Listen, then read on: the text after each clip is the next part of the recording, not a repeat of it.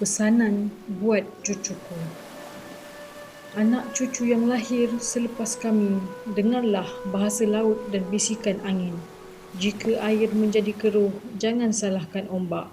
Lihatlah dasar yang kau pijak. Jika jalan menjadi gelap, jangan takut pada malam. Cahaya itu ada dalam dadamu. Jika sejarah dipadam, jangan biarkan ingatan mati. Selagi kau menyebut nama nenek moyangmu, selagi itu bangsa ini masih berdiri. Ingatlah, pokok tak tumbuh tanpa akar, ombak tak datang tanpa angin, dan manusia tak kuat tanpa asalnya. Jaga warisanmu, kerana apabila kau lupa siapa dirimu, dunia akan menulis nasibmu dengan tangan orang lain.